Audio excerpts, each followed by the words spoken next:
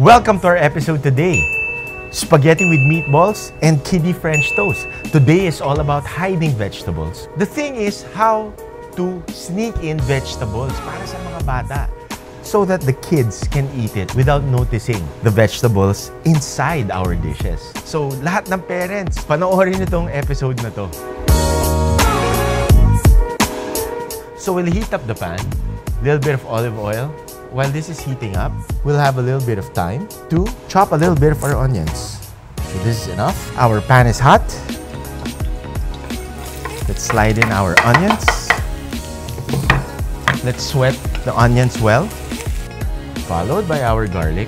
And after a few seconds, we can add our tomato sauce. Then we have chicken stock.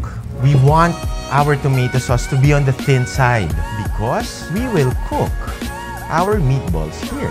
So we'll put that on standby. Our water is kind of boiling already. So we'll put salt and oil in preparation for our pasta. We want to be able to soak it immediately. And while this is happening, the pasta is happening, the sauce is happening, let's make our meatballs. We will start with our carrots. Again, the objective here is to be able to sneak in vegetables. So we're injecting carrots. We're grating it so that it's not too obvious for the kids. There you go. That's looking good. And we put in our garlic, Parmesan cheese, celery, then we put our ground beef. So we have our liquid seasoning here, Worcestershire sauce, and breadcrumbs with an egg. That's gonna be our binder. So we will mix that all together. Kailangan natin ng salt, of course. Pepper, will be very minimal about it. Kasi ang kids medyo sensitive sa pepper. So we'll keep that at a minimum. Our pasta looks good. It's like a little before al dente, so it can cook a little more while we fish it out. Okay. So we'll set this aside. Yeah. We'll just keep on simmering this. We'll put chicken stock. Pasarap lang ng pasarap yan. Later, we'll finish it with some Parmesan cheese and some sugar. Little sweetness for the kids. And then the cheese flavor also, no? So we'll add that on. And this one, while we're heating up the pan with a little bit of oil, i-ready na natin yung meatballs. Okay? So, gagawin natin medyo malalaking meatballs. Time for the fun part. Forming it into a giant meatball like this.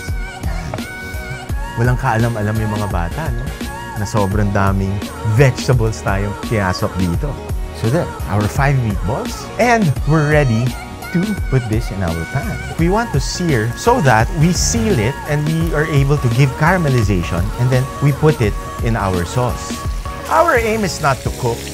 We want to caramelize. We want to stabilize the shape so that when we add it here, it's not gonna break apart and it's going to stay as giant meatballs. I'm happy with this. Let's turn this off. Now, here's the fun part. Marrying all the flavors. Putting all those beautiful flavors. Putting it in one sauce. Time to add the sugar. Give it a little sweetness. Some cheese. Yeah, kids love sweetness sa kanilang food. So, let's give it to them. Time to flip our meatballs. And continue the cooking process. Wow! All the drippings of the meatballs napupunta dun sa sauce. Napakasarap na naman itong dish na to. I'll set this aside and then we're going to do our French toast. Now, time for our French toast. Okay, we'll need some carrots, some bell pepper. We put this in. Then we have parsley. Chop it. Okay, so we'll need 2 eggs. So we'll beat the eggs. Then we will add our potato starch or cassava starch. Both will work. Try to make sure that there are no lumps from the flour. And then we add our evaporated milk, giving it a little sweetness and some creaminess. And now, we want to cook our sunny side up eggs first because we want 1 egg for every piece of bread. Okay, so time for our bread. Okay, we have our batter here. We have our pan. So we'll put our butter, our bread. We want to make sure that there is a good amount of vegetables on the bread.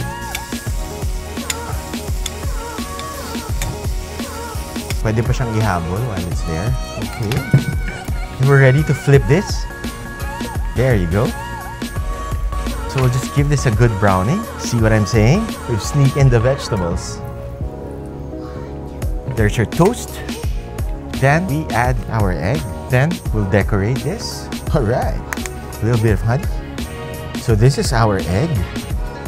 And now, time for our pasta. Reheat our sauce. We'll get some pasta water to refresh our sauce. While we're waiting for this, we can reheat our pasta. So just very fast.